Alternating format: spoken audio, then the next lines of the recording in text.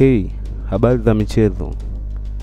Mimi ni Nel TZ na karibu tena katika chaneli yako pendwa ya Nel Online TV. Leo tuna taarifa za moto kabisa kutoka Jangwani. Young Africans wanapanga kumrudisha kocha wao wa zamani Nasreddine Nabi kuchukua nafasi ya Romain Folz. Ni habari ambayo imeibua gumzo kubwa mitandaoni na huenda ikawa mwanzo wa zama mpya kwa wananchi. Tuangalie kwa undani habari hii.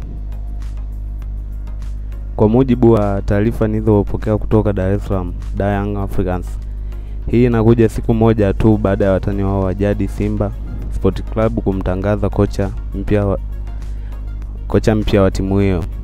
Inaelekezwa kwamba Young Africans wanataka kufanya mabadiliko makubwa kwenye benchi lao la ufundi, na jina linalotajwa kwa nguvu sana Jangwani ni Nasreddine Nabi, kocha ambaye alileta mafanikio makubwa katika klabu hiyo kwa miaka michache iliyopita.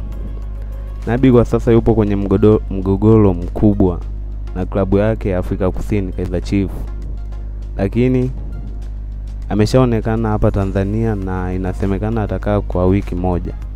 Chanzo cha ndani ya Yanga kinasema kuwa mchakato wa kumrejesha unaweza kuthibitishwa rasmi muda wowote. Kwa wale wanaokumbuka, Nabi ndiye aliyewaongoza Young Africans kushinda mataji mawili mfululizo ya NBC Premier League, kombe la FA na kuwafikisha kwenye fainali ya CAF Confederation Cup, jambo ambalo halijawahi kutokea katika historia ya klabu hiyo. Hata hivyo, jina jingine linalotajwa mbadala wa Folz ni Sedi Lamovic, ambaye kwa sasa anaifundisha CR Belouizdad ya Algeria. Shinikizo kwa uongozi wa Young Africans linaongezeka kutokana na matokeo yasiyoridhisha chini ya kocha Romain. Mashabiki wengi wanasema ni lazima hatua zichukuliwe haraka kabla ya msimu kuharibika.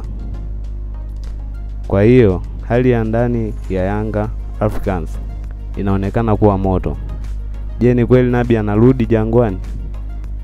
Na kama akirudi, anaweza kurudisha makali ya Young Africans ndani na nje ya Tanzania?